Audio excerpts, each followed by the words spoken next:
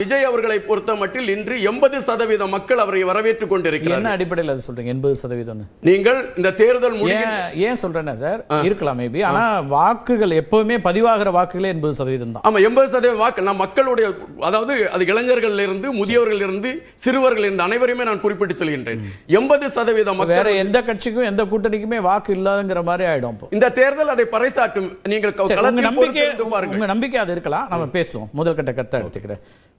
சகோதரர் பேசும்போது சொன்னாரு 80 விழுக்காடு எங்களுக்கு ஆதரவுனர். நீங்க கூட அழகா ஒரு கேள்வி கேட்டீங்க, வாக்குகளே 80 விழுக்காடு தாங்க பதிவாகும். நீங்க பதிவாகிற வாக்கு எல்லாமே உங்களுக்கு இருக்குன்னு வச்சுப்போம். இது இன்னைக்கு தான் மாறிச்சா இல்ல ஒரு கட்சி ஆரம்பிக்கும் போதே இருந்துச்சா? கட்சி ஆரம்பிக்கும் போதே அதுதான் நிலைமைன்னா கடந்த நாடாளுமன்ற தேர்தலில் நீங்க போட்டிட்டு இருக்கலாமே. உங்களுக்கு தான் தமிழ்நாடு மக்கள் அத்தனை பேர் உங்களுக்கு தான் ஓட்டு போட போறாங்க. 40 தொகுதியில் எந்த தேர்தலில் போட்டியிடுங்கிற வியூகத்தை அந்த கட்சி தானே சார் வைக்கும். அப்படி இல்லை, அதுல தான் ரொம்ப முக்கியமான ஒரு கேள்வி இருக்கு சார். திமுக கூட உங்களுக்கு அரசியல் எதிரி தான். பாஜக யாரு? ஓகே, கொள்கை எதிரி இல்ல. நீங்க பாஜகவை எதிர்ப்பது தானே உங்களுடைய பிரதான நோக்கம். அப்ப உங்களுடைய பிரதான எதிரியை எதிர்ப்பதற்கு ஒரு பொன்னான வாய்ப்பு கிடைத்தது எப்ப? இப்ப நாடாளுமன்ற போன வருஷம் சார். போன வருஷம் என்ன 20 வருஷத்துக்கு முன்னாடியா நீங்க தான் கட்சி ஆரம்பிச்சிட்டீங்களே. பாஜகவா மோடியா நானும் பாத்துருவோம் நீங்க போட்டி போட்டு 40 தொகுதியிலும் இங்க வெற்றி பெற்று போய் அங்க நாடாளுமன்றத்துக்குள்ள போய் விஜய் அவர்களோ அல்லது விஜயனுடைய தொண்டர்களோ போய் அங்க நின்று மோடியை நோக்கி அமித்ஷா நோக்கி கேள்வி கேட்டிருப்பீங்கன்னா அதெல்லாம் பண்ணீங்களா? கொள்கை எதிரியை விட அரசியல் எதிரியை மட்டும்தான் மையப்படுத்தி அவங்க அரசியல் இருக்கு அப்படிங்கிறீங்க. அவங்க கொள்கை எதிரி என்று சொல்வதே பாஜகவுடனான மறைமுக கூட்டுங்கிற. இது பாஜகவுடன் ஒரு நீங்க வந்து பாஜகவுடன் ஒரு ரகசிய கூட்டை வைத்துக்கொண்டு இங்க வந்து நீங்க என்ன செய்யணும், ஏதோ ஒரு வகையில திமுகவிற்கான வாக்குகளை, குறிப்பா சிறுபான்மை மக்களுடைய வாக்குகளை பிரிக்கலாம் அப்படிங்கிற ஒரு முயற்சி மட்டும்தான் அதில் தொக்கி நிற்கிறதே தவிர, இல்லைன்னா நீங்க வந்து இந்த நிமிடம் வரைக்கும் அதிமுகவை நீங்க என்ன செய்யல, எங்கேயா விமர்சிக்கிறீங்களா? பாஜக எதிர்கட்சி தானே, ரைட் சார். ஒன்றியத்தில் கூட்டணியில் இருக்காங்கல்ல, பாஜக கூட்டணியில் இருக்காங்கல்ல. ஒரே ஒரு நாள் உச்சநீதிமன்றம் தமிழக அரசின் தலையில் ஓங்கி நறுக்கு நறுக்கு நறுக்கு என்று கொட்டியதை முதல்வர் அவர்கள் மறந்துட்டாரா? அவர் பேசுகின்ற பொழுது உச்சநீதிமன்றம் அந்த வார்த்தை அவர் சொன்ன வார்த்தை நறுக்கு நறுக்கு நறுக்குன்னு தமிழ்நாடு அரசின் தலையில குட்டிச்சு அப்படின்னு சொன்னார். இது என்ன மாதிரியான வாதத்தை வைக்கிறான்னு தெரியல. இப்போ உச்சநீதிமன்றத்தில் கொடுத்தது இடைக்கால தீர்ப்பா இறுதி தீர்ப்பா சார்? இடைக்கால தீர்ப்பு தானே.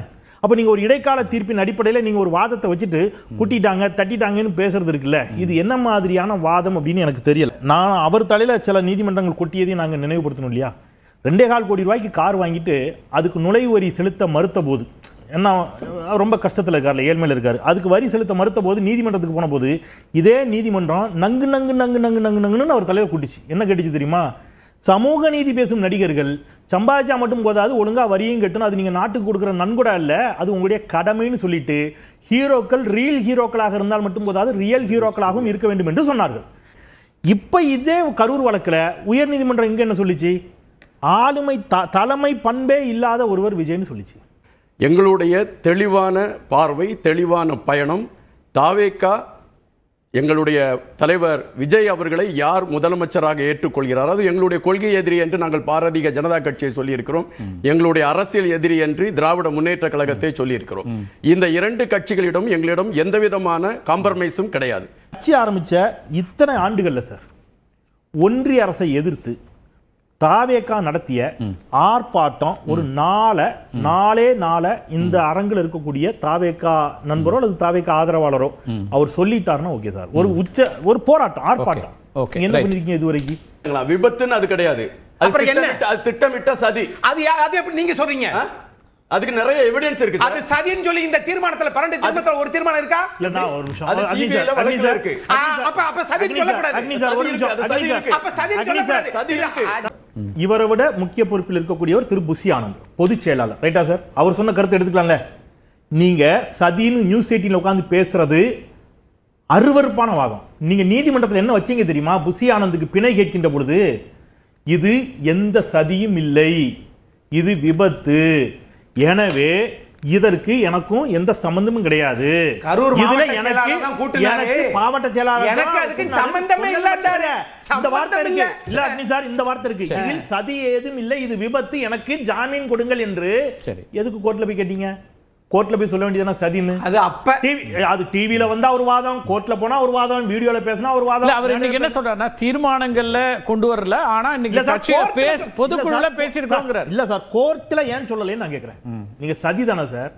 இவருக்கு தெரிஞ்சது புசியானதுக்கு தெரியாதா? நான் யாரையும் சொல்லல, கட்சியினுடைய கடைமட்ட தொண்டனை சொல்ல, அந்த கட்சியினுடைய பொதுச் செயலாளர் கோர்ட்ல போய் சொல்றாரு இதுல சதி இல்ல, விபத்து, எங்களுக்கு ஜாமீன் கொடுங்க அப்படின்னு கேக்குறாரு. அப்புறம் நீங்க இங்க வந்து ஒரு வார்த்தை, அங்க வந்து ஒரு வார்த்தை பேச. நான் இப்படி சொல்றேன் சார், எஸ் அது திட்டமிட்ட சதி இப்படி சொல்றேன். அது விஜயனுடைய சதின்னு சொன்னா நீங்க ஏத்துப்பீங்களா? காலதாமதமாக வந்த சதி, தண்ணி கொடுக்காத சதி, பஸ்ல சொல்லியும் கேட்காம உள்ள விட்ட சதி, இப்படி சொன்னா ஒரு அடிப்படை விஷயத்தை அவங்க சுட்டி காட்டாங்க. ரெண்டு சார், ஒரு சம்பவம் நடக்கும் பொழுது அங்கு நாங்க வந்து திருப்பி போறதுக்கு ரெடியாக இருக்கிறோம். நாங்க வந்து எங்களுடைய கருத்தை பதிவு பண்ணுவதற்கும் எங்களுடைய கட்சியை சார்ந்த இரண்டாம் கட்ட தலைவர்கள் செல்வதற்கும் இருந்த பொழுது காவல்துறை அவர்களை மறுத்திருக்கிறது. சென்னையில பேசிருக்கலாமே சார். கரெக்ட். இருங்க, சென்னையில பேசியிருக்க வேண்டியதான, அதற்கு காரணம் சொல்றேன். இப்போ ஒரு எங்கள் குடும்பத்தை சார்ந்த உறவுகள் மரணத்தை தழுவி இருக்கிறார்கள். இதனை மையப்படுத்தி ஒரு அரசியல் வாக்கு வங்கி அரசியல் செய்வதற்கு எங்களுக்கு விருப்பம் இல்லை. நாங்கள் அமைதி காத்தோம். பெருந்தலைவர் காமராஜ் திமுகவுடன் தோல்வி அடைந்த பொழுது 6 மாசம் பேச மாட்டேன் என்று கூறிவிட்டு அமைதியாக. மக்களோட நின்றவர் பெருந்தலைவர். செத்து போனதுக்கு அப்புறம் வீட்டுக்குள்ள 1 மாசம் ஒளிஞ்சிட்டு இருக்காங்க விஜய்.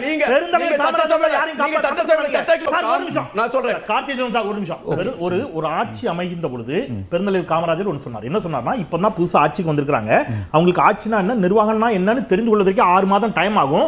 6 மாதம் நான் எந்த விமர்சனத்தையும் அந்த அரசின் மீது வைக்க மாட்டேன் என்று பெருந்தலைவர் சொன்ன ஒப்பீட்டையும் உடனே ஓடி வந்து பனையூர் வீட்டுக்குள்ள உட்கார்ந்துட்டு இருந்தே ஒண்ணுன்னு பேசுறாருன்னா எப்படி சார் கண்டிக்காம இருக்குது? காவல்துறை எங்களை அனுமதிக்கவில்லை அப்படின்னு இன்னைக்கு ஒரு குற்றச்சாட்டை பொதுக்குழுல பேசுறாங்கல்ல, இது இதுக்கு முன்னாடி நீதிமன்றத்திலயோ வேற எங்கேயாவது அப்படி வச்சிருக்காங்களா, சொல்லியிருக்கீங்களா? இல்ல, பரவலா தமிழக வெற்றி கழகத்தின் சார்பில் நாங்கள் பல இடங்களில் அதை எடுத்து வைத்துக்கிட்டு தான் இருந்தோம். பரவலானா சார், நம்ம சோஷியல் மீடியால நிறைய பேசலாம் சார். ஒரு ஃபோரம், இப்ப நீதிமன்றத்துக்கு பல விஷயத்துக்கு நீங்க அப்ரோச் பண்ணீங்க, அப்படி ஏதாவது ஒரு இடத்துல நாங்க தடுக்கப்பட்டோம், எங்களுக்கு இதுக்கான வாய்ப்பு கொடுக்கப்படல, அப்படி எங்கேயுமே சொல்லலையே. அதனால தான் நான் கேட்கிறேன்.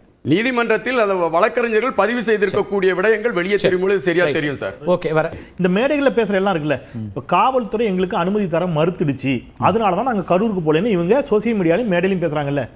போடுங்க சகோதரர் அக்னி சொன்ன மாதிரி ஒரு தீர்மானத்தை, நாங்கள் கரூருக்கு செல்வதற்கு அனுமதி கேட்டோம், இந்த அருக்கு லெட்டர் இத்தனாம் தேதி கொடுத்திருக்கிறோம், காவல்துறை அனுமதி மறுத்து எங்களுக்கு பதில் கொடுத்திருக்குது, அல்லது அனுமதி கொடுக்கவில்லை, மறுக்கல, எந்த பதிலும் வரல, நாங்கள் இந்த காவல்துறை கண்டிக்கிறோம் நீங்க சொல்லுங்க. சொல்ல முடியாது, ஏன்னா நீங்க மாட்டிப்பீங்க, எல்லா எவிடன்ஸா இருக்கு. டிஜிபிக்கு நீங்க மெயில் அனுப்புறீங்க, மெயில் அனுப்பிய சில மணி நேரத்துல டிஜிபி ஆபீஸ்ல இருந்து பதில் மெயில் போகுது. என்னன்னு சொல்றாங்க, சட்டம் ஒழுங்கு பிரச்சனை இல்ல, எதுவும் இல்ல, எல்லாம் அமைதியா இருக்கு, நல்லா தான் இருக்குது, நீங்கள் தாராளமாக செல்லலாம். மாவட்ட எஸ்பி மட்டும் நீங்க என்னைக்கு போறீங்கிற தகவலை சொல்லிட்டு நீங்க போனீங்கன்னா பாதுகாப்பு ஏற்பாடுகளை செய்ய முடியும்.